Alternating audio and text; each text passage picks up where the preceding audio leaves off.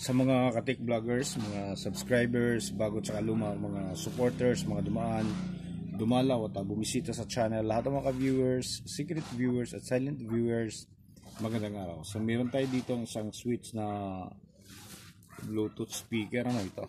Stereo Bluetooth speaker. Ang complaint nito ay walang power, kahit na saksakan mo pa yung ano nito. Ito yung kanyang control, ito yung harap. At dito sa likod, ayan siya.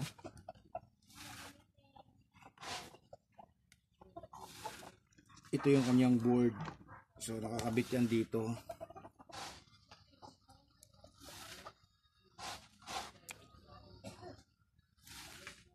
Nakaganyan siya. Okay? Nakaganyan. Ayan. So ito yung board. So yung nakita natin dito, bakit hindi siya nagcha-charge? Kasi sunog yung ano nito. Sunog yung regulator dito. Ito. Sunog to. Tapos shorted yung capacitor dito. Ito. Pakita natin sa inyo, no? Para makita niya. Ayan, no? Sunog yan, no? Ang kulay puti. Ayan, no? Biyak. Tapos shorted tong isang capacitor na to.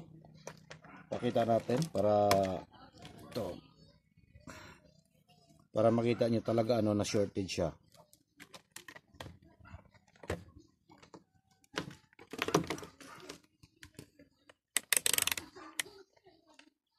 Okay, so short natin yan. Tingnan niyo ng maigi. Okay, so shorted, oh. Okay, so kung ang tatanggalin mo dito, ito dahil shorted din to eh. Itong sunog na to, shorted ito. Pag tinitis mo itong ibang mga kapasitor dito, shorted din. Dahil dito sa chip na to.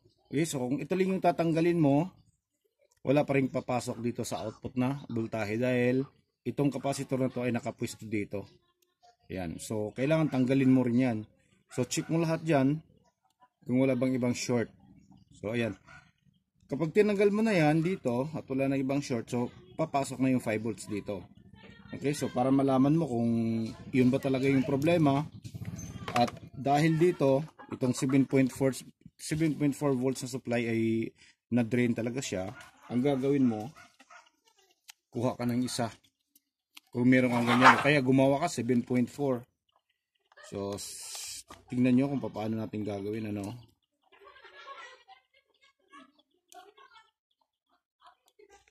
Ayan.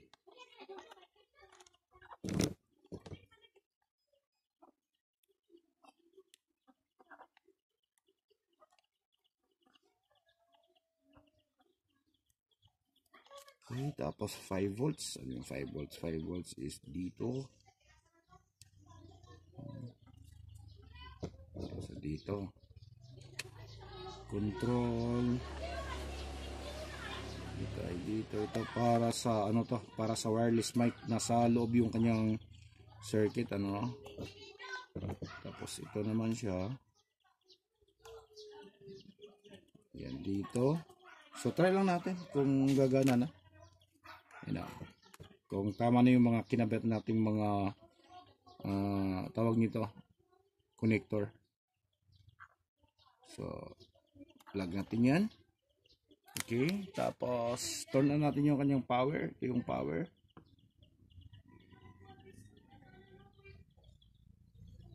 Ayan, so kita nyo gumagana na yung kanyang ilaw. Ayan. Tapos FM tayo. So, ibig sabihin gumagana na siya. So ang talagang problema niya ay dito lang. So ang gagawin natin ngayon, maghahanap tayo ng chip. Kapag wala, so papalitan natin ng buong 7.4 volts battery charger na yung kanyang input ay nasa 5 volts. So yun yung gagawin natin. Ayan siya. Okay.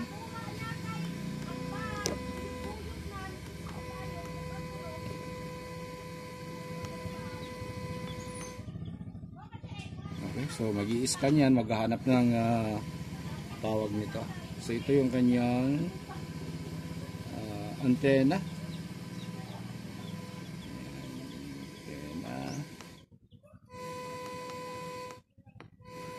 Yan, so wala talaga siyang ibang sira. kundi ito lang. Kaya napapansin nyo tumutunog. Gumagana lahat ng control. Okay? Ayan siya. Okay? So tumutunog siya, di ba? Yan to. Nagpapatuloy yung kanya pag-i-scan ng mga station. So yun lang yung tulad ng sinabi ko, gagawin natin ngayon. Maghahanap tayo ng chips kung available. Pero kapag wala, buong 7.4 volts na tawag nito, charger yung ikakabit natin dito. I-modify natin na merong 5 volts yung input. Okay? So hanggang dito na lang siguro tayo, no? Abangan nyo na lang kapag nabuo na natin at abangan nyo sa short video kung paano tumunog yung ganitong klaseng Bluetooth speaker. So maraming salamat, God bless at bye bye.